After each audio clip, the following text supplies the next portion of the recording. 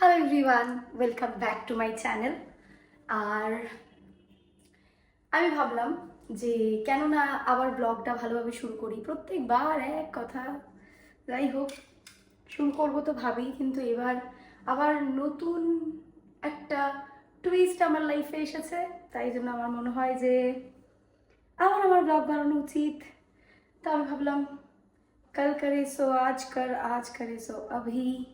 তাই আমি এখন থেকে শুরু করে দিলাম। আমি জাস্ট এলাম বোলপুর থেকে, আর আমি তোমাদের সাথে শেয়ার করব আমার বেরঙিনের জীবন, আমার চার দেয়ালের জীবন। তো যাই হোক, একদমই বেরঙিন নয় আমার জীবনটা, অনেক রঙিন। হ্যাঁ, তো একা থাকার আলাদাই আনন্দ। সব কিছু ইয়েলো হয়ে গেল এরকম না, লাইটটা জ্বালিয়ে। ওকে, আমি জাস্ট বোলপুর থেকে এলাম, এসেই ভাবলাম এখন থেকেই ব্লগ বানাবো, সব কিছু শেয়ার করবো, বেশ মজা হবে।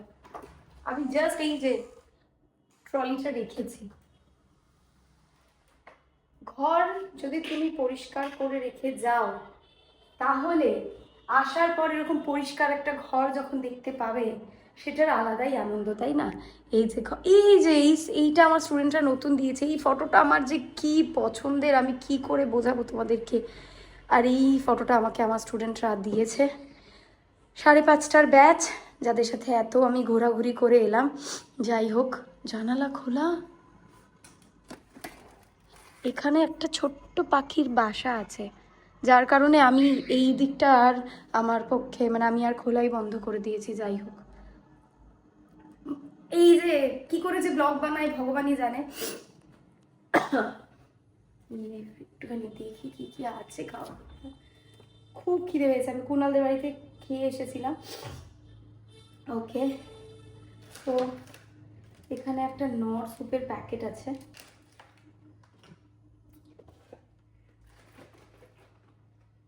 যেটা প্রায় শেষ। এগুলো আবার আমার খাওয়া সম্ভব নয়, তার কারণ ভীষণ ঠান্ডা লেগেছে। এখানে আমি কলা দেখতে পাচ্ছি, রেখে গেছিলাম। গাজর আছে আর চিকেন আছে। ও আচ্ছা, আমি এবারে লাভা মানে গেছিলাম যখন ঘুরতে ছাত্রীদের সাথে, তখন এটা নিয়ে এসেছি। যাই হোক, আমি জানি না আমি কেমন ব্লগ দিতে পারবো, কিন্তু এবার থেকে আমি দেখ চলো আগে ফ্রেশ হই। ফ্রেশ হয়ে সবার প্রথম যেটা খাবো সেটা হচ্ছে গ্রিন টি, কারণ আমার গলা ভীষণ বসে গেছে। আমি আজকে একটা প্রোডাক্ট প্রমোশনের যা ভয়েস ওভার দিয়েছি, আর সেখানে গলাটা আমার যা লাগছে, মানে মানুষজন আমি জানি ওটা দেখেই কমেন্ট করবে যে তোমার গলার কি হলো। সো আমি এখানে ফ্রেশ হয়ে গেছি, এবার শুধু একটুখানি skin treatment, skin care treatment নয়। আচ্ছা, অনেকে আমাকে জিজ্ঞাসা করো যে তোমার স্কিন এত গ্লো কেন করে। তো যাই হোক, প্রথমত আমি ফেসিয়াল এই সমস্ত কিছু খুব একটা করাই না, খুব একটা মানে করাই না। আর যেগুলো কয়েকটা প্রোডাক্ট আছে যেগুলো আমি বহু বছর ধরে ইউজ করছি, কিন্তু এটা ইউজ করছি মোটামুটি 2-3 মাস হলো। এটা অর্ডিনারির একটা প্রোডাক্ট, অয়েল। তো সকালবেলা আর রাতের দিকে আমি এই অয়েলটাই অ্যাপ্লাই করি, কারণ sorry, normal to dry skin বলে আমার।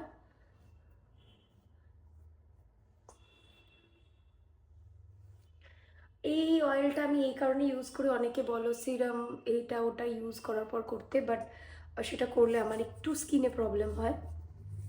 যে স্টেপ আছে, স্টেপ বাই স্টেপ আমি সমস্ত ইউজ করে দেখেছি, প্রবলেম হয় বলে আমি শুধুমাত্র ডিরেক্ট স্কিনে অয়েলটাকে অ্যাপ্লাই করিনি, দেন দেখেছি যে তাতে কোনো প্রবলেম হয় না। আর আমার গলাটা যা বসেছে কি বলবো আর। ওকে, টু লিপ বামটা শেষ হয়ে গেছে, এবার সেটা অর্ডার করতে হবে।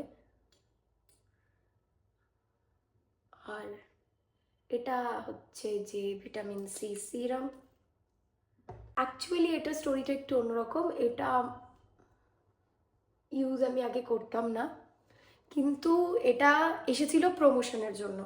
প্রমোশনের জন্য আসার পর কোনো কারণের জন্য প্রমোশনটা ক্যান্সেল হয়ে গেল। তো আমি ভাবলাম যে প্রোডাক্টটা পড়ে আছে, এত ভালো এই প্রোডাক্টটা সম্পর্কে শুনেছি, আমি ইউজ করে দেখি। আর এটা এতটাই ভালো, সত্যিই ভালো।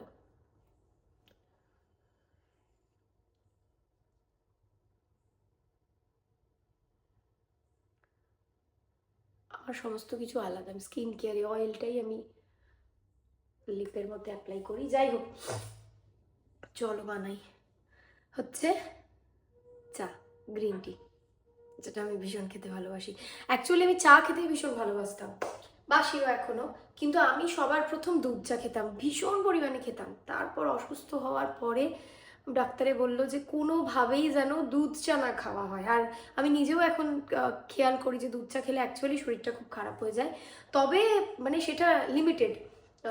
বাইরে গেলে আমি খাই, বা স্টুডেন্টদের সাথে থাকলে বা বন্ধুদের সাথে থাকলে, আড্ডার জায়গাতে চাটা ছাড়া না অ্যাকচুয়ালি আমার কোনো কিছুই পোষায় না। আর আমি কফি খেতেও খুব ভালোবাসি। ধীরে ধীরে তারপর দুধ চা ছেড়ে লিকার ধরেছিলাম।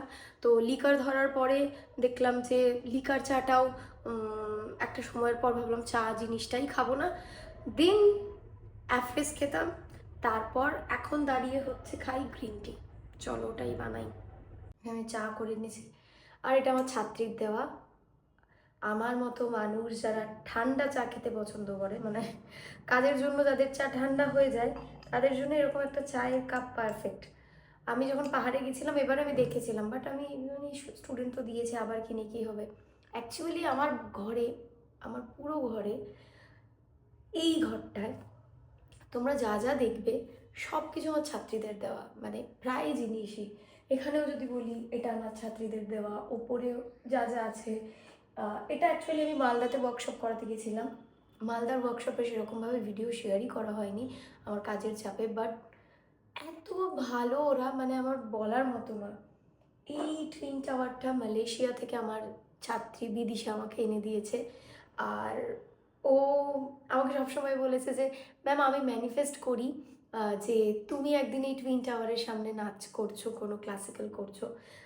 যাই হোক, আমি প্যারিসের আইফেল টাওয়ারের সামনে সবসময় ম্যানিফেস্ট করি কোনো একদিন একটা ক্লাসিক্যাল ডান্স পারফরমেন্স করবো। বাট টুইন টাওয়ার্সের সামনে ও যেদিন থেকে বলেছে সেদিন থেকে এটাও আমার একটা লিস্টে হয়ে গেছে। দেন এটাও তাই, ইভেন এটাও আমার একটা ছাত্রী, ও হাতে নিজে হাতে বানায় এই জিনিসটা যা যা আছে। এটা কিছু ইভেন কিছু বইও আছে যেগুলো আমার ছাত্রীদের দেওয়া। যাই হোক, গলা এতটা বসে গেছে।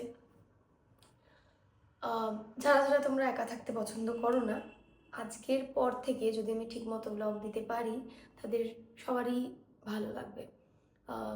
আমার কাছে ব্লগটা মানে কখনো মানে ওই আর কি, কখনো আমার ব্লগটাকে মানে কি বলবো, নেশার মতো পোস্ট করিনি। তার কারণ আমার সবসময় মনে হয় যে এগুলো একটা অ্যালবামের মতো। আমার যেগুলো খুব ইম্পর্টেন্ট দিন, আমার মজার দিন, আমার আনন্দের দিন, আমার দুঃখের দিন, এই জিনিসগুলো জাস্ট ফ্রেমবন্দি করে রাখা, সেরকম একটা বিষয়। সেই জন্য আমি ব্লগ বানাই আসলে। আর সেই জন্য আমি এরকম পোস্ট করি, আর 1 বছর পর বা আবার হঠাৎ করে যদি ওগুলো সামনে আসে, তখন মনে হয় যে কত মানুষ জীবন থেকে চলে গেছে, কত নতুন মানুষ এসেছে, আমি কতটা এগিয়েছি। আমার লাইফের জার্নিটা শুধু আর শুধু আমাকে নিয়ে। আমি ভীষণ সেলফ অবসেসড মানুষ, আমি ভীষণভাবে নিজেকে নিয়ে পড়ে থাকতে পছন্দ করি। স্বার্থপর নই অবশ্যই, স্বার্থপর হতে পারিনি জীবনে। আমার মনে হয় কিছু কিছু সময় আমাদের স্বার্থপর হওয়া খুব দরকার। আর আমি এমন একজন মানুষ যে সবসময় টপিক ভুলে যাই, যে অ্যাকচুয়ালি কোন টপিকটা নিয়ে আমি কথা বলা শুরু করেছিলাম। চা খাওয়া নিয়ে না, আমি এত কথা বলি না কারোর সাথে কথা বলতে বলতে, মানে কারোর সাথে বলতে যাদের সাথে আমি ভীষণ ভীষণ কমফোর্টেবল হয়ে যাই, তাদের সাথে কথা বলতে বলতে আমি হঠাৎ করে ভুলেই যাই যে অ্যাকচুয়ালি মানে কথাটাকে এত ডিপে আমি নিয়ে চলে যাই, এই কথায় ওই কথায় সেই কথায়। আমি ভুলেই যাই যে কোন কথা দিয়ে আমি শুরু করেছিলাম, টপিকটা কী ছিল।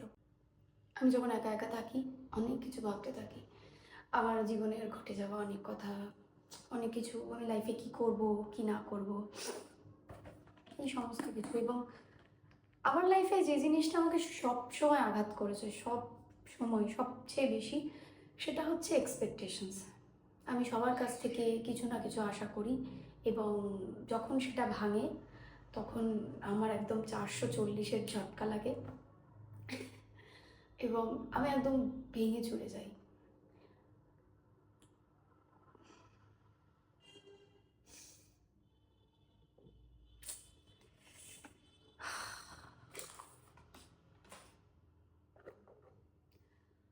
মানুষ আমাকে লাকি বলে, বাট আমার মনে হয় কাউকেই লাকি বলা উচিত না। লাকি বলে কোনো বিষয়ই হয় না।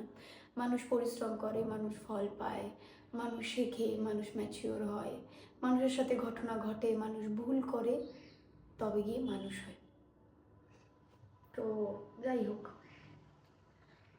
আমি যাদের কাছে যখনই যেটা আশা করি তখনই সেটা ভাঙে। আর আমি নতুন কিছু শিখি যেটা আমার ক্ষেত্রে অ্যাকচুয়ালি উপকার, মানে আমার উপকারী হয়। আর এখন আমি আমি বহুবার লক্ষ্য করেছি যে যখন আমি মানে আমার সাথে খুব খারাপ কিছু হয়, তখন তারপরেই একটা বিরাট আরও আরও আরও বেশি ভালো কিছু হয়। তো সেই কারণে আমি এখন আমার সাথে কোনো কিছু খারাপ হলে আমি খুশি হই আর অপেক্ষা করতে থাকি যে কোন ভালো জিনিসটা আমার সাথে হতে চলেছে। একটা শায়রি আছে, শায়রি তো বলে যতদূর সম্ভব, যেটা আমি শুনেছিলাম যে किसी से उम्मीद रखना बंद करके तो देखो रिश्ता निभाना कितना आसान हो जाएगा। বাবা বাবা তো অ্যাকচুয়ালি সেটাই, মানে আমরা কারোর না কারোর কাছে, বিশেষত বন্ধুদের কাছে, আমাদের কাছের মানুষদের কাছে এক্সপেকটেশনস রাখি, আর সেটা যখন ভাঙে আমরা মানিয়ে নিতে পারি না। আমি মানে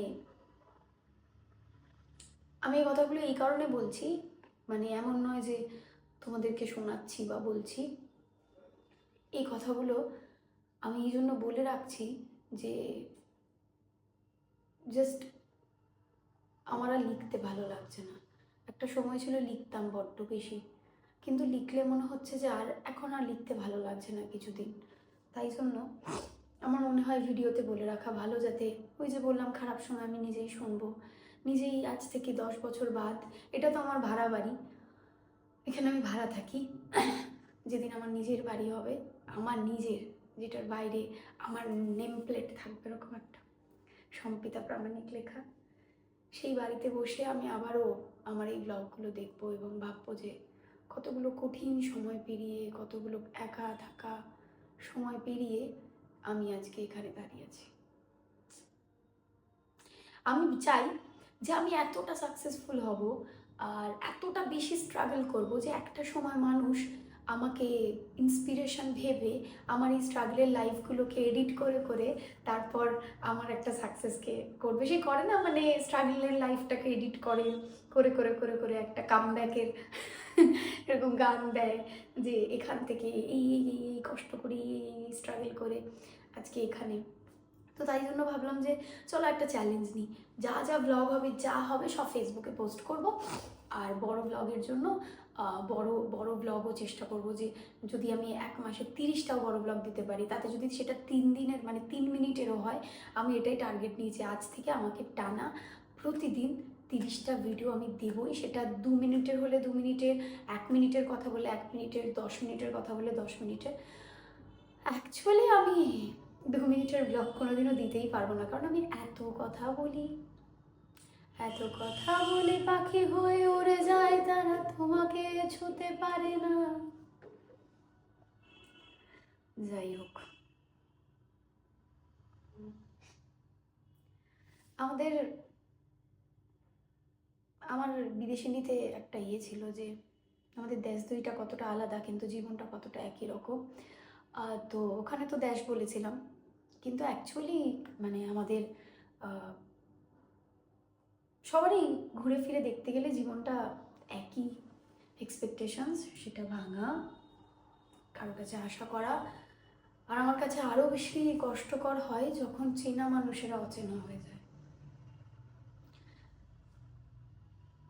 আমি সবসময় নিজেকে এমন হ্যাপি হিসেবে রিপ্রেজেন্ট করি সবার কাছে, মানে আমি ওরকমই, আমি মজা করতে ভীষণ ভালোবাসি। তো আমার জীবনের যে একটা সাইড এটা আছে, আমার মনে হলো যে এটাও মানুষকে দেখানো উচিত। এবং এই ভিডিওগুলো তাদের জন্য নয় যাদের মনে হয় যে ও তো ভাড়া বাড়িতে থাকে, ওর ব্যাক সাইডে তো এরকম বুক সেলফ আছে, লাইট ল্যাম্প আছে। হ্যাঁ, ও তো যথেষ্ট বড় লোক, ওর লাইফে কি কষ্ট বা ওর জীবনে তো কষ্ট লেগেই থাকে, ওইগুলো ভিডিও করে। সো প্লিজ স্কিপ করে দিন ভিডিওটা। এই ব্লগগুলো আপনাদের জন্য নয়, এই ব্লগগুলো তাদের জন্য যারা রেগুলার ঘুম থেকে ওঠো, স্ট্রাগল করো, টাকা ইনকাম করো বা করো না, করার জন্য স্ট্রাগল করছো, মা বাবার মুখ উজ্জ্বল করবে বলে স্ট্রাগল করছো, নিজের একটা বাড়ি বানাবে বলে স্ট্রাগল করছো, নিজের হাজব্যান্ডের পাশে দাঁড়াবে বলে স্ট্রাগল করছো, সেই প্রত্যেকটা মানুষের জন্য, বিশেষত মেয়ের জন্য, যেটা আমি হাজব্যান্ড এই এত লড়াইয়ের কথা বললাম, তার কারণ মোটিভেশন দেওয়ার মতো মানুষের খুব অভাব। তো পজিটিভিটি যদি আমার মনে হয় যে আমি যেটা ফিল করছি সেটা আরও অনেকে ফিল করছে, কিন্তু সবাই বলে উঠতে পারে না। আর আমার ক্ষেত্রে এটা বারবার হয়েছে, জানো তো, যে আমি যখনই যেটাই আশা করেছি বা আমি ভেবেছি যে আমার জীবনের সমস্ত প্রবলেম এবার শেষ, সব কিছু শেষ, আমার লাইফ একদম সেট, দারুণ চলছে, ঠিক তখনই ঠিক তখনই ব্যাস এই দমদমের আগে ট্রেন দাঁড়ানোর মতো আমার লাইফটা দাঁড়িয়ে যাবে। কি আর করবো, যাই হোক।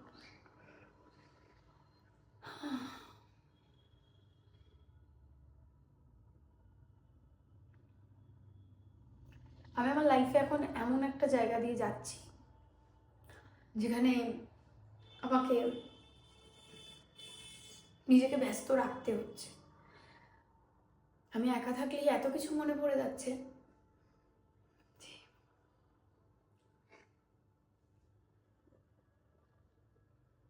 যাই হোক, লাইফে নতুন একটা কাজ এসেছে, যেটা হচ্ছে আমাকে রান্না করতে হবে আবার। এতদিন ধরে যেভাবেই হোক চলেছে লাইফটা, এবার আবার আমাকে নতুনভাবে নামতে হবে মাঠে, আমার রোজকার লাইফে এবার আমাকে আবার ভাত রান্না করতে হবে, যেমনটা আমি 3 বছর আগে করতাম। সো আমি নিজের কাছে এটা প্রমাণ রাখবো যে যদি তুমি চাও তুমি পারবে। তো আমার কাছে এটা খুব কঠিন হয়ে দাঁড়িয়েছে যে এখন আমি এই ব্যস্ততার মাঝে কী করে রান্না করবো। আই ডোন্ট নো আমি কি রান্না করব ভগবান। আমার রান্না করতে এমনি ভালো লাগে না, আমার সত্যি রান্না করতে ভালো লাগে না। আজ রাতে আমি কি খাবো সেটাই ভাবছি। আমি খেয়ে নিই, খেতে খেতে কথা বলি না, মানে ব্লগে আমার কথা বলতে খুব বিরক্ত লাগে।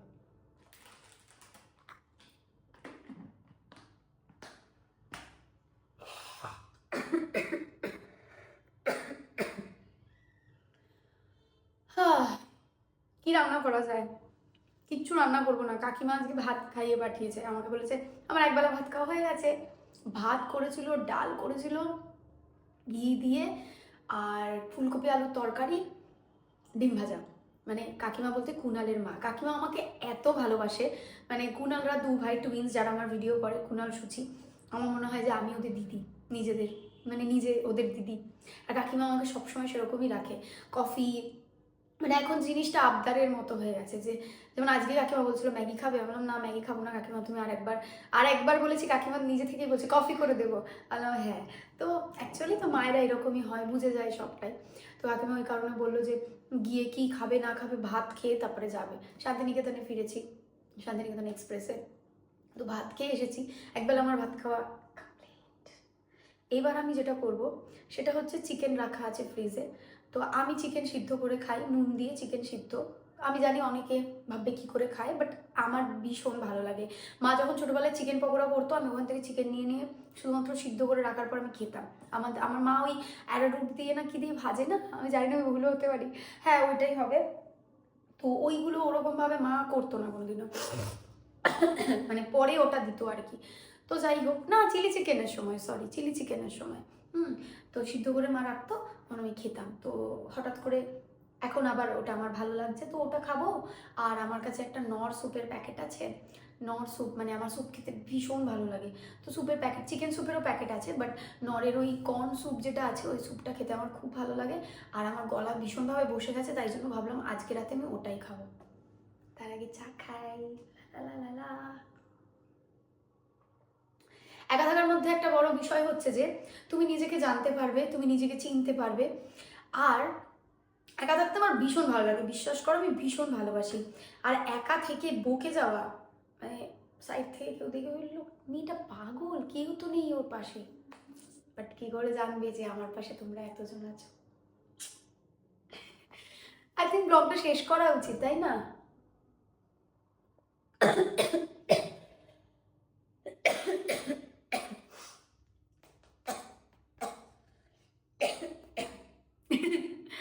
মা তো নেই, কি করবো আর। আমার মা, এই যে তোমাকে বলছি, তুমি যদি এই ব্লগগুলো না দেখেছো, আমার মা কোথায় এর ব্লগ তার ব্লগ দেখবে, আর মেয়ে যে ব্লগ বানায় তার ব্লগ দেখবে না। আর অ্যাকচুয়ালি ব্লগটা আবার নতুনভাবে স্টার্ট করার একটা বড় কারণ হচ্ছে আমার মা।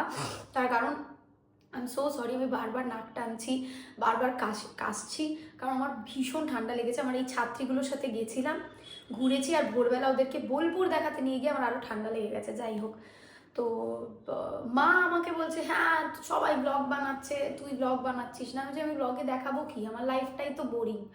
সেই প্রতিদিন ওঠো, ক্লাস করাতে যাও, আমি ওই একই লাইফে, আমার ওই একটাই সার্কেল হয়ে আছে, সেই স্ট্রাগলটাই আমি করে যাচ্ছি। এখন এই সার্কেলটা যে কবে বন্ধ হবে, নাই হোক, কাজে ব্যস্তই থাকি না, স্ট্রাগলটা একটু শেষ হয়ে যাক, তাহলে আমার নিজের একটা বাড়ি হবে,